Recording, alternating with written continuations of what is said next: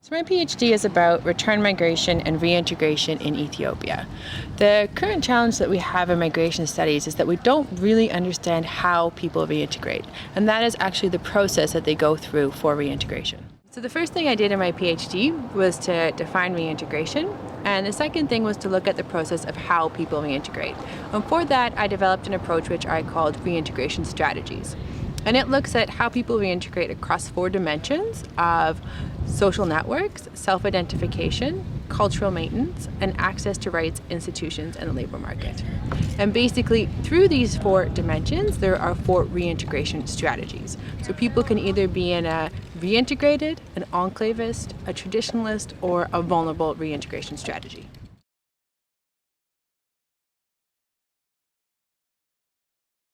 So in order to test the reintegration strategies approach, I did a case analysis in Ethiopia where I did 100 interviews.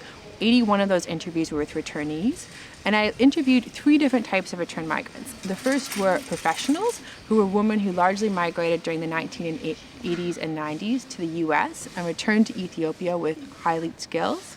The second group were students who migrated mostly to Europe for purposes of a master's degree. And the third were domestic. So these were women who were from lower class backgrounds who migrated to the Middle East for domestic work. And then what I did was that based on the different types of analytical groups, I assessed for each group their reintegration strategies.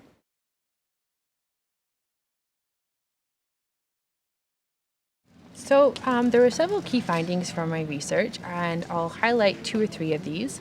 The first is really to understand the importance of the multidimensionality of reintegration. It's not just one element such as labor market reintegration, which is commonly utilized in return migration. We need to really conceptualize reintegration holistically and look at all of these different dimensions. The second key element is that returnees make choices, and the choices they make impact the reintegration strategies that they venture into. So I can make a choice, and those choices will determine if I become a reintegrated individual or perhaps an enclavist or a traditionalist. And finally, the main aspect of the reintegration strategies is that they show us how people reintegrate. By understanding how people reintegrate, we can start to understand how people contribute to processes of social change and development in their countries of origin. And through this critical understanding, we can make policies and programs that are targeted to enhance the positive development effects of return migration.